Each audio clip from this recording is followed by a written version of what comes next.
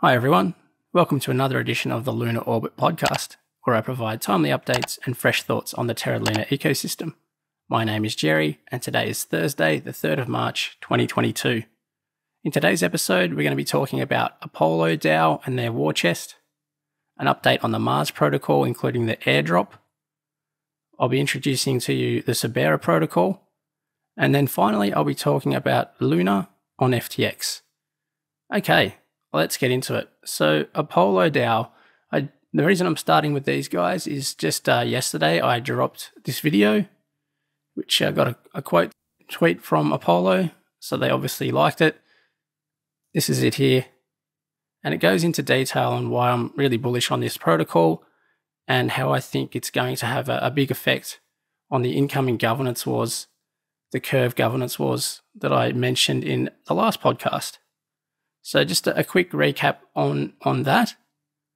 Having a look at Apollo, they're going to be moving to a curve-style VE staking model, which means that you can stake your governance tokens soon for Apollo.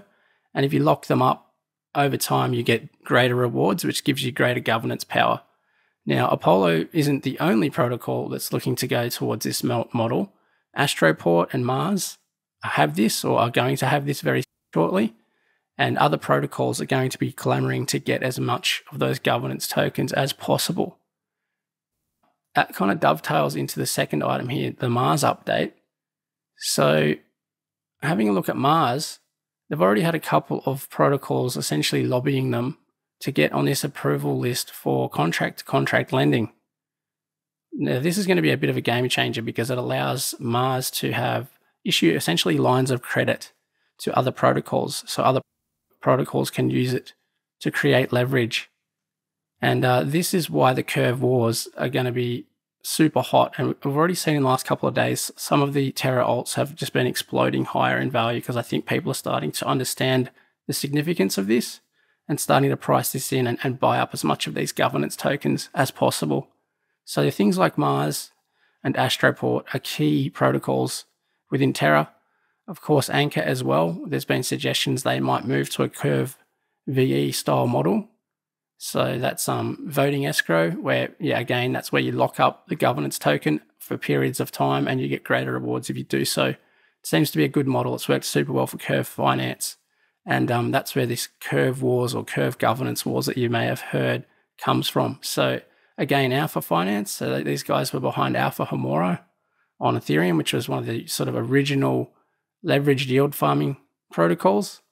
And they're actually an incubator. They have a bunch of other applications, and they're a bit of a launch pad themselves too. But they're looking to go cross-chain, and they're looking to do that in collaboration with Spectrum Protocol, which I guess you could say is a bit of a direct competitor to Mars.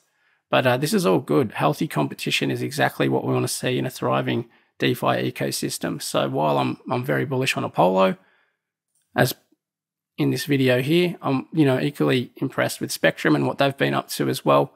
And it's great to have that competition. So it's a really interesting time, guys. I feel like your governance tokens that you may have been bag holding because they've had big pullbacks, they're probably about to appreciate in value, and it'd be well worth holding them long term and locking them up yourself.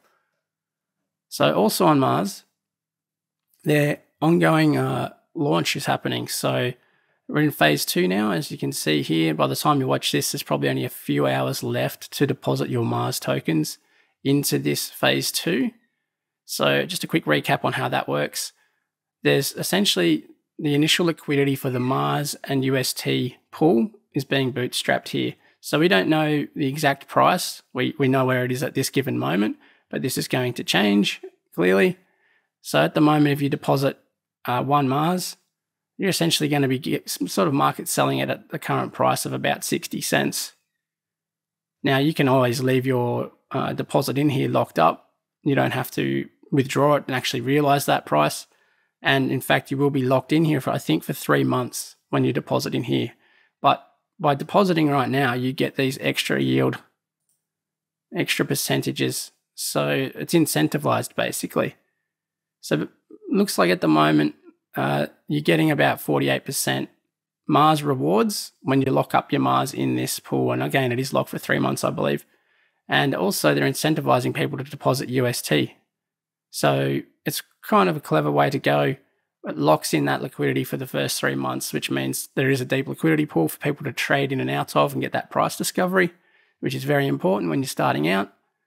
And it's not a bad way to get involved and get even further Mars rewards.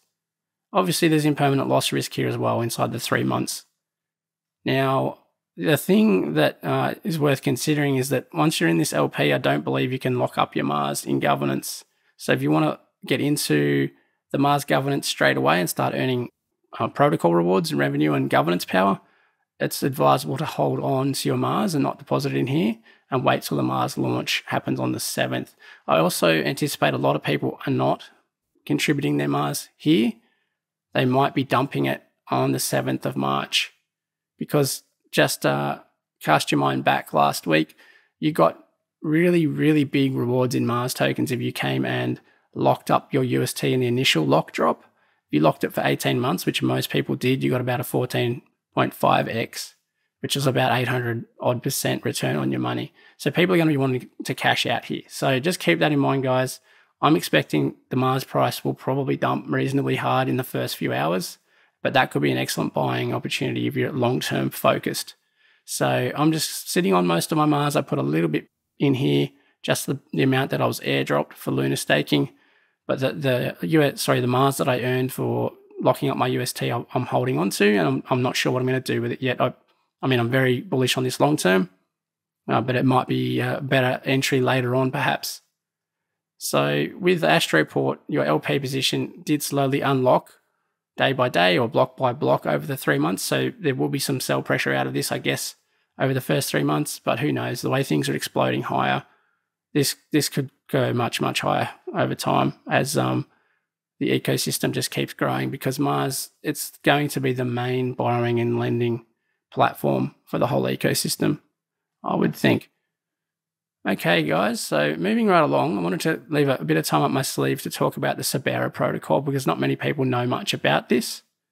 I was fortunate enough to be part of a beta test a few months ago, so I got to have a bit of a play with this firsthand, and it's a really cool concept. And if you want to get more details on it, I'd highly advise listening to this Terra Spaces with Orbital Command from last week about them. Now, let's have a quick look at the Sabera website. So Sabera, if you're familiar with how Anchor works and you deposit your asset, particularly your UST, and you start earning a nice juicy yield of about 19+%, that unlocks a whole bunch of different DeFi applications. We've seen it with the Angel Protocol, where you can have recurring sort of charitable giving. So you give once and give forever. For instance, you give $100 to a charity. Rather than them just giving that $100 straight to the charity, they deposit it in Anchor and give them perpetual yield forever. So that's an important income stream for that charity. Now, using that same kind of idea and using the yield that you get off your UST, you can unlock other services. So pay subscriptions using stable coins. The idea is that you earn interest off your Anchor, and you can authorize recurring payments. So, thinking like down the track, Netflix or Spotify, something like that. And you can cancel any time. So if the yield is sustainable at 20%, just for the sake of easy maths, you only need 5 months worth of a Netflix subscription up front, earning interest, and you've essentially got Netflix for life, assuming that interest rate holds. Now, it probably is going to come down over time, but hopefully not too much. You might need 7 months worth or 8 months worth. But paying once, so even just a yearly fee, a one-off payment to cover your Netflix forever, that's going to be very enticing to a lot of people. The fact that you can just cancel at any time is very powerful as well. So there is huge total addressable market for this protocol alone when you consider all the subscription services we pay for and take for granted these days. That's the whole model for software these days, and for services is going subscription-based. Even things like, your Microsoft Office, all the Apple ecosystem, most of the Android stuff, it uses recurring payments because, that's how the model works these days. That's how companies sustain themselves. They want to keep you on the hook for life and keep you paying on that treadmill forever. So Sabera is going to be really powerful. One thing that I really liked about what these guys are doing is they're also considering making dollar cost averaging into assets possible. So if you had, you know, $10,000 in Anchor Earn, earning roughly 20%, you're going to be getting $2,000 a year in interest.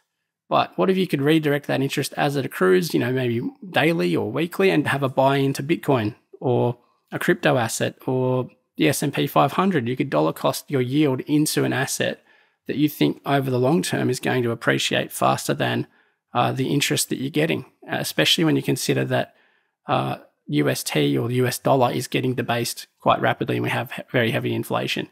So that's really fascinating. I've heard people say, I wish there was a way I could dollar cost average into crypto easily. Well, this is a way you can do it with just the extra yield you're getting from Anchor. So I think that's brilliant. Now, it pays to get involved in crypto and being early, I've found. So hint, hint, airdrop, this could be a possibility. If you get involved here and start trying out their testnet, you never know your luck. Sometimes, you know, they might have a token and an airdrop to early users and participants. In any case, this is a great way just to get involved and work out how these things work before they land, and also provides, you know, important feedback to the team. So you can jump onto their testnet app.